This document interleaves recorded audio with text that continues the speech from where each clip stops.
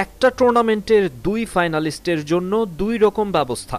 একদল শুরু থেকে ভিভিআইপি ট্রিটমেন্ট পাচ্ছে, দুবাইয়ের লাক্সারি উপভোগ করছে 16 আনা, কোনো ক্লান্তি নেই, একেবারে ফ্রেশ মাইন্ড আইসিসির সুবিধাভোগী ইন্ডিয়া দলের। অন্যদিকে নিউজিল্যান্ড টিমের প্রাণ ওষ্ঠাগত, ফাইনালের আগে অন্তত 48 ঘন্টা এক জায়গায় থিতু হতে পারছে, এটাকেই তারা ভাবছে সৌভাগ্য। এবারের চ্যাম্পিয়ন্স ট্রফিতে সবচেয়ে বেশি ট্রাভেল করতে হয়েছে নিউজিল্যান্ড ক্রিকেট দলকে। গ্রুপ পর্বের প্রথম ম্যাচ তারা খেলেছে করাচিতে, দ্বিতীয়টা রাওয়ালপিন্ডিতে, তৃতীয়টা দুবাইয়ে, আবার সেমিফাইনালের ম্যাচ খেলতে হয়েছে লাহোরে গিয়ে, ফাইনাল আবার খেলতে হবে দুবাইয়ে। ক্রিকেটাররা ঘুরে ঘুরে ক্লান্ত, আর কোচ যেন নিরুপায়। এটা আমাদের হাতে নেই। ভারত সব ম্যাচ এখানে খেলছে। আমাদের জন্য যেটা ভালো হয়েছে যে অন্তত একটা ম্যাচ তাদের বিপক্ষে এখানে খেলা হয়েছে। মাঠে সমস্ত পরিকল্পনা কাজে লাগাতে পারলে ভালো কিছু হবে।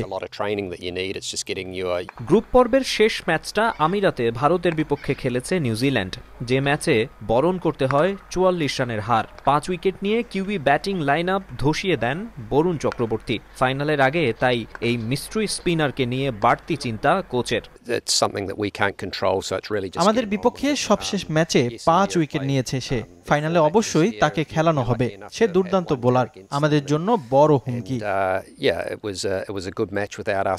বরুণ কোহলিদের নিয়ে প্ল্যান সাজাতে ঘুম হারাম গ্যারি স্টিডের। দুর্ভাবনা আছে নিজ দলের একাদশ নিয়েও। সাউথ আফ্রিকার বিপক্ষে ম্যাচে ফিল্ডিংয়ের সময় কাঁধে চোট পেয়েছেন ম্যাট হেনরি।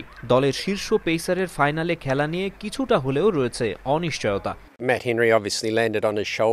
আমি ইতিবাচকভাবে ভাবছি। কিছু স্ক্যান করানো হয়েছে, যে কোনো মূল্যে ফাইনালের দলে তাকে চাই। গ্রুপ স্টেজে ইন্ডিয়ার বিপক্ষে ম্যাচটায় 5 উইকেট নিয়েছিলেন হেনরি, তাই এই পেসার ফিট না হলে বিরাট ক্ষতি হয়ে যাবে ব্ল্যাক ক্যাপদের। হেনরির বিকল্প হিসেবে বিবেচনায় আছেন জেকব ডাফি। মাকসুম আলম খান, সময় সংবাদ, দুবাই, সংযুক্ত আরব আমিরাত।